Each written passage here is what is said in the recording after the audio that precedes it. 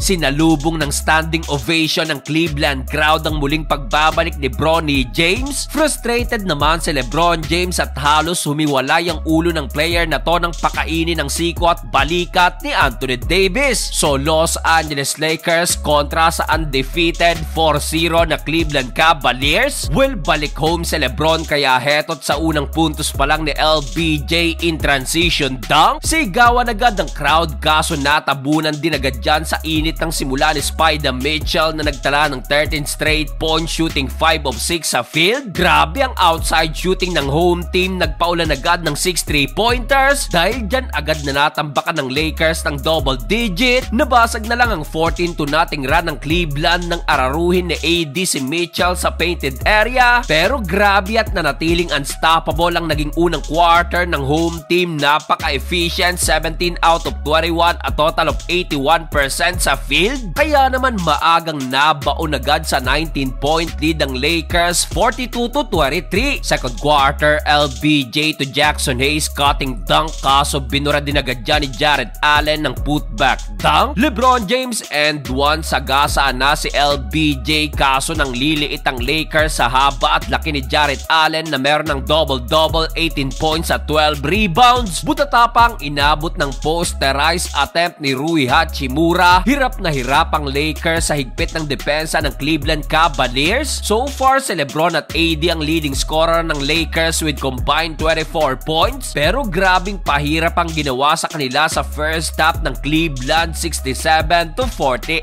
Start of the third quarter, Donovan Mitchell pasok ang ika-4 na 3-point shot at nalibre naman si LeBron James sa kanyang in-transition dunk. Well, dito bahagyang napa-take over si LBJ na pinanguna ng mini-run ng Lakers na nagbaba sa 16-point lead ng Cavaliers. Kaso matapos yan, heto to the rescue na naman si Jarrett Allen, alley-oop dunk at another 3-point shot ni Caris LeVert. Grabe yung dribble penetration offense ng Cavaliers, hindi ma-check ng depensa ng Los Angeles Lakers. 15 3-pointers na so far ang home team kaya't na-frustrate na lang si LeBron dahil laging may pansagot ang Cleveland sa kanilang nagagawang run. End of third period, 20 points pa rin ang tambak, 79-99. Fourth and final quarter, halos humiwalay ang ulo ni Dean Wade ng pakainin ng balikat at siko ni Anthony Davis. Flagrant foul, penalty 1 ang tinawag dyan kay AD at matapos yan dito na tuluyang pinagpahinga ng Lakers ang kanilang starting lineup. Under 5-minute mark nang pagbigyan na ng Lakers ang Cleveland na ipasok na itong si Bronny James, standing ovation ng crowd. Abay nagbabalik si Bronny na pinanganak mismo sa Akron, Ohio noong 2004, dito mismo kasagsagan ng stint ni LeBron sa Cleveland kaya't ganun-ganun na lang ang turing sa kanilang mag-ama ng home team. Heto still agad ang unang stats ni Bronny at 2 assists na nasundan pa ng first official basket. Pero sa uli still panalo ang Cavaliers, undefeated 134-110.